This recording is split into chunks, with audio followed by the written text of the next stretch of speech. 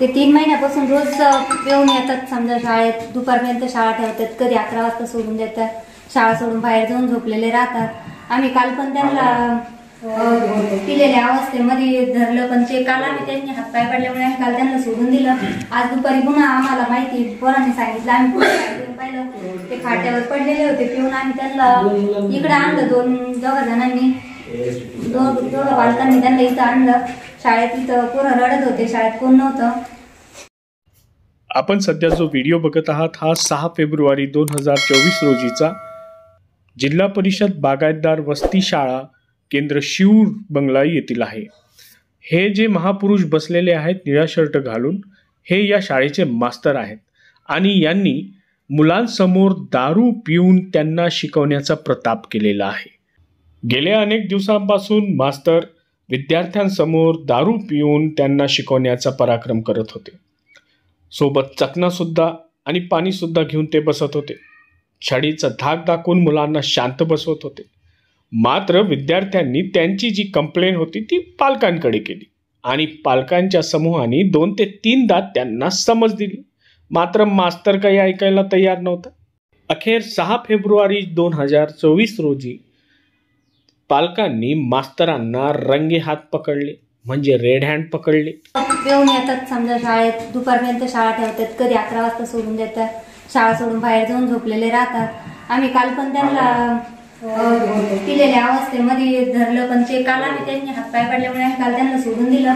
आज दुपारी पुन्हा आम्हाला माहिती पोरांनी सांगितलं, आम्ही पुन्हा पाहिलं ते खाट्यावर पडलेले होते. पिऊन आम्ही त्यांना इकडे आणलं. दोघा जणांनी दोघं बालकांनी त्यांना इथं आणलं.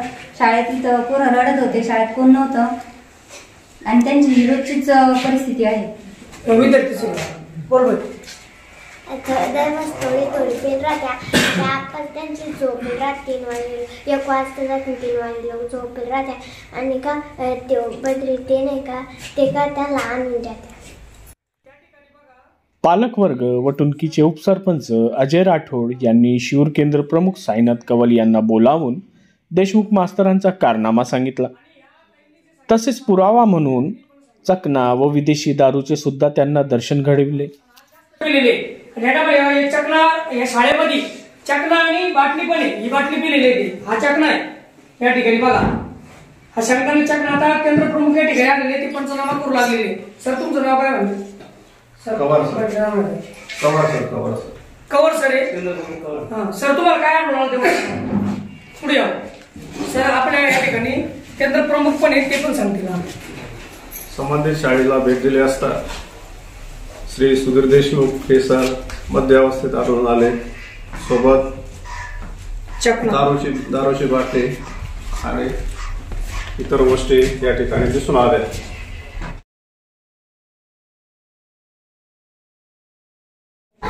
मी सय्यद सैफ टाइम विटनेसमध्ये आपल्या सर्वांचं खूप खूप स्वागत करतो. आज आपण आलेलो आहोत जिल्हा परिषद शाळा बागायतदार वस्ती केंद्र, जो की शिऊर बंगला येथे आहे.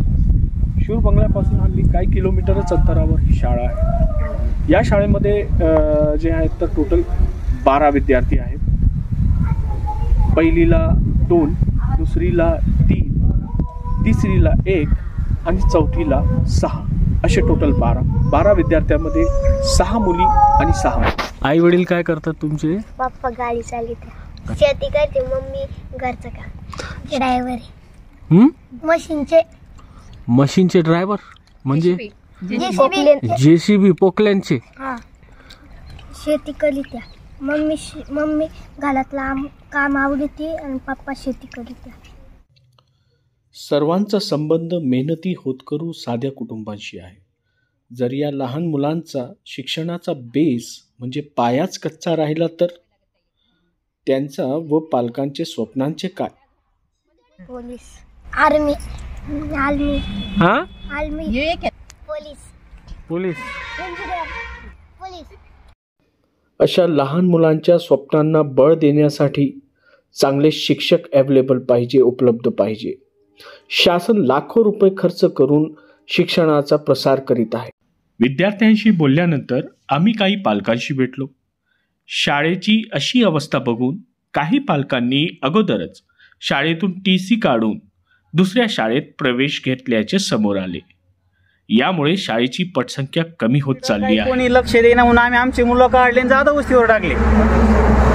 तिथं लक्ष पण चांगलं देतात, व्यवस्थित सर पण आहे तिथं संख्याच राहिली नाही मुलांची. असं कोणती बागायतदार वस्ती संख्या राहिलेली नाही, कमी झाली. शिक्षकच नाही चांगले तिथं शिकायला, ज्यांना त्याची मुलं काढून घेते. वस्ती शाळेवर शिक्षक लोक येतात, यांना फोनचा वापर लगेच नको. हे काय करतात, मुलं वर्गात आणि ते बाहेरच फोन पाहत बसतात आणि परत ते टाईमवर पण येत नाही. काही टायमाला 1 तास आधी शाळा सोडून निघून जातात. हे देशमुख सर होते, हे 3लाच निघून जात होती. शाळेचा वेळ काय होता? शाळेचा वेळ 9:30 होते. समजा 9:30ला शाळा चालू होती, 4 वाजे लोक. असं त्यांना जोपर्यंत शाळावर ड्युटीवर तोपर्यंत त्यांना फोन पाहायचा अधिकार नसला पाहिजे. त्यांना जसं आपण आधारवर कसं थंब ठेवतो ड्युटीला आलो, तसं त्यांना आधार लिंक पाहिजे. तुम्ही ड्युटीला आले म्हणून त्यांना थंब पाहिजे, तुम्ही आज ड्युटीवर रुजू झाले म्हणून असं कळलं बनवायचं जगाला बी. असं नंदिनी बद्रीनाथ जाधव, सुधीर देशमुख 2-3 दिवसापासून जास्तच पित होते. आम्ही बऱ्याच वेळेस सांगितलं त्यांना, सर तुम्ही प्याजू नका, सरकारी काम आहे, मुलांना व्यवस्थित शिका जाता, पण ते ऐकतच नव्हते कोणाचंच. तुमची मुलं आहेत का त्या शाळेत? 2 मुलं आहे आमच्या शाळेत. 2 मुले आहेत का? कितवीत आहेत शिकायला? 4थीत आहे.